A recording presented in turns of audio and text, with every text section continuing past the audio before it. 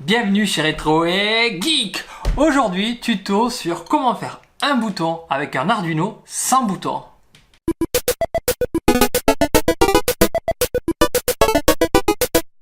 Alors, comme matériel, il nous faut bien sûr un Arduino, peu importe lequel. Là, c'est un Mega, on s'en fout, peu importe lequel.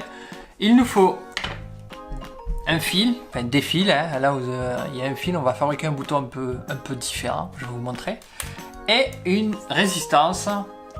Ici, j'ai que des 1 kilo ohm. En fait, normalement, sur la documentation, il est préconisé 10 méga ohm.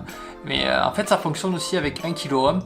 Et vous allez voir, suivant la résistance que vous allez mettre, le capteur va être plus ou moins sensible. Donc, moi, ce que je vais faire aussi, je vais rajouter des composants. Je vais prendre une LED et une résistance qui va avec, pour visualiser que l'on appuie bien sur le bouton, car on va utiliser beaucoup le moniteur série de l'Arduino pour vérifier ce qui se passe et la courbe d'intensité en fait du contact. Et on va vérifier tout ça. On attaque direct le tuto qui est assez simple en utilisant simplement une librairie. Pour récupérer cette librairie, c'est simple, il suffit d'aller sur le site d'Arduino, sur le lien que je vais vous indiquer. Ou sinon, vous allez sur le GitHub directement de la librairie et vous allez trouver ce qu'il faut et un exemple parfait pour pouvoir faire votre démo. Je vais détailler juste après le programme et la modification que j'ai faite juste pour la LED et ce qu'on va pouvoir faire après par la suite. Le montage est assez simple. Alors ici, j'ai fait un petit montage LED résistance pour éclairer la LED. Je mets le positif sur la borne, le pin numéro 8, puis l'autre sur la masse. Après, pour la partie bouton, je relie un des ports, un des pins, le pin 4 que j'ai choisi, avec le pin 2 qui va recevoir la donnée. Comme mon programme est chargé, ici on peut le voir direct, ça fonctionne, parce que je l'ai déjà mis dedans. Mais on va détailler le programme pour voir un peu comment ça fonctionne. Notre programme est assez simple. On inclut la librairie Capacitive Sensor. Puis après, on va créer notre variable. Ici, elle est appelée CS underscore 4 underscore 2 pour dire le pin 4 et le pin 2. On appelle Capacitive Sensor en redéfinissant les pins, le pin 4 et le pin 2, sachant que le deuxième pin en fait là qui est appelé, c'est le pin qui fait réception des données. Donc en fait, vous allez pouvoir en rajouter un certain nombre en fait, de pins qui vont réceptionner de la data. Et vous allez par exemple, imaginons que je veux faire deux sensors, enfin deux fils capteurs. Je vais pouvoir mettre 4.2 et 4,2 et 4,3.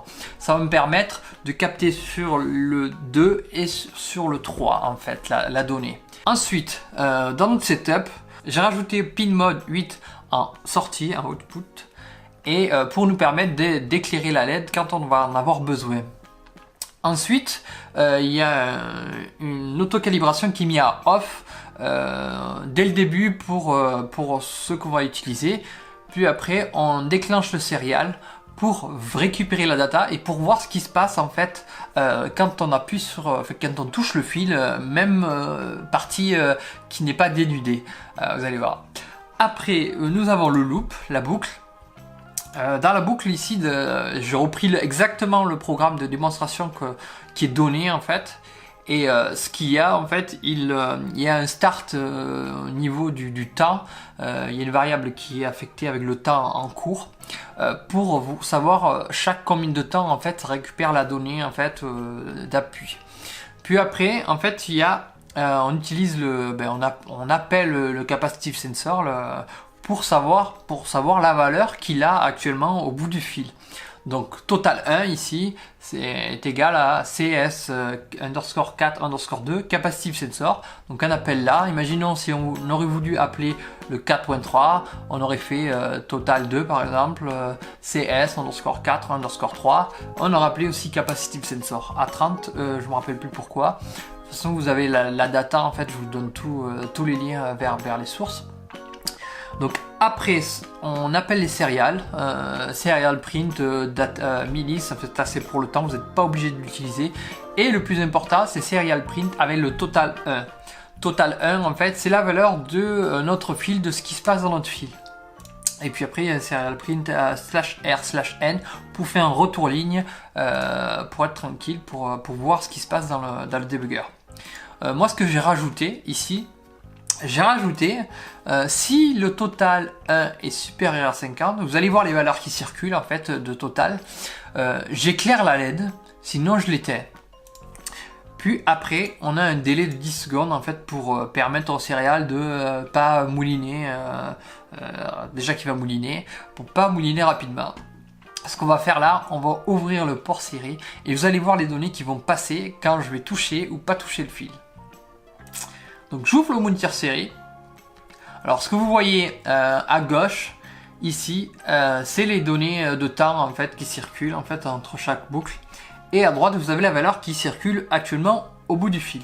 Donc ici c'est 0. Bon, des fois vous allez voir c'est un peu plus grand que 0. Donc on va faire le test. Là je touche pas le fil. Là je touche le fil. Vous voyez la valeur est passée à plus de 200. Ça s'arrête pas de bouger. Ça fluctue. Et en fait, la LED ici, que je vais vous montrer, elle est éclairée en fait. Donc je te montre, hop. Si je fais un petit, hop, une petite mise au point sur la LED, crac. Quand j'appuie, ici, on peut voir que la LED s'éclaire à chaque fois que je touche. Et même, non, là ça c'est pas assez sensible. Là on peut le voir sur voilà, vous voyez. Si j'appuie fort sur la partie câble, ça arrive quand même à capter. Et vous voyez mon moniteur série, en fait si je touche le câble, il monte à 30 en fait. Et si j'appuie plus fort, il monte à plus de 50. C'est pour ça que j'ai mis 50, mais en fait on pourrait mettre 100, 200. Et ça dépend en fait de vos configurations et les boutons que vous allez utiliser. Tout simplement. Donc moi ce que je vais te montrer maintenant, c'est... Je vais te montrer en fait un bouton que j'ai fabriqué rapidement, qui va nous servir pour le feu tricolore. En fait, vu que je veux laisser un accès entre guillemets à des enfants moyennement grands, on va dire, moi les boutons, ça me... Voilà, enfin, à part d'avoir un gros bouton industriel ou de borne d'arcade, ou voilà. Et là, moi j'ai fabriqué un bouton comme ceci. Hop, on va le voir. Alors, qu'est-ce que c'est ce bouton en fait? Eh bien, c'est un bouton que j'ai fabriqué. Tout simplement avec un bouchon. Vous prenez un bouchon, tout simplement, un petit bouchon et de l'aluminium. Prenez un bouchon et de l'alu. Bien sûr, vous prenez du fil, un fil, là, si. Vous dénudez au bout. Vous dénudez une certaine longueur. Hop, vous collez. Moi, ce que je recommande, c'est de le coller sur le côté, en fait, le fil. Vous collez votre fil sur le côté et bien sûr, vous laissez la partie dénudée qui puisse être en contact avec l'aluminium. Et une fois que vous avez collé tout ça, vous prenez votre papier d'alu, vous le collez dessus. Voilà, vous mettez de la colle bien là pour que ça soit bien, que ça se fasse bien plat. Là, je ne l'ai pas collé sur le mien, mais il faut que je le colle pour que ça soit propre. Comme ça, en fait, les enfants ils pourront pas gratter. En fait, ce sera collé, ça bougera pas. Et le fait que ce soit sur le côté là, en fait, que ce soit bien mis sur le côté, collé, etc. Ça bouge plus en fait. Et après, vous allez pouvoir l'utiliser où vous voulez. Donc, mon bouton qui est déjà terminé. Il fonctionne pas mal. Je vais le brancher à la place de mon fil. Hop, crac. Vous voyez déjà la valeur, quand je l'ai branché, déjà elle est à 30. Ici sur mon moniteur série, il est déjà à 30.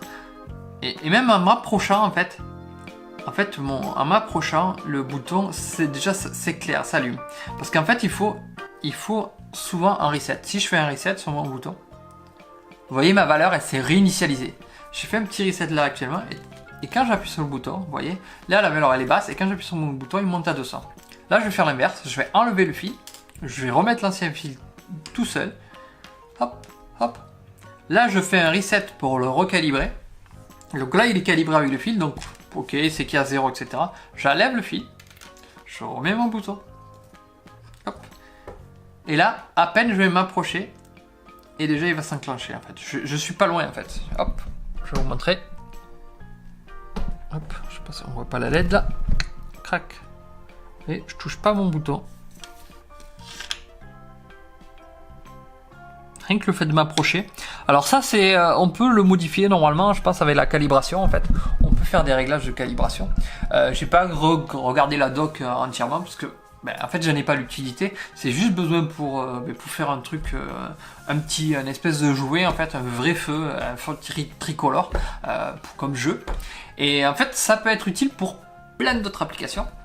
Et en plus on peut multiplier le nombre de fils et en faire ce que l'on veut. En fait, je crois qu'il y a même des gens qui ont récupéré cette méthode là pour faire de la musique, etc. Et je crois que c'est sur le même principe qui est utilisé sur, je crois que c'est Makery, ce qui permet de faire de la musique avec des légumes et tout ça. Ben, en fait c'est le même principe, hein, c'est utiliser la méthode de la capacité, en fait, capacitive sensor. Et voilà, ça fonctionne et ça permet d'avoir des boutons avec simplement une file et une résistance. Ce qui est vraiment pratique quand vous n'avez pas de bouton ou que c'est pas top d'utiliser des boutons à ce moment-là, enfin comme ça. Là vous pouvez faire des boutons, c'est magique avec rien. Un bouchon et de l'aluminium et c'est parti.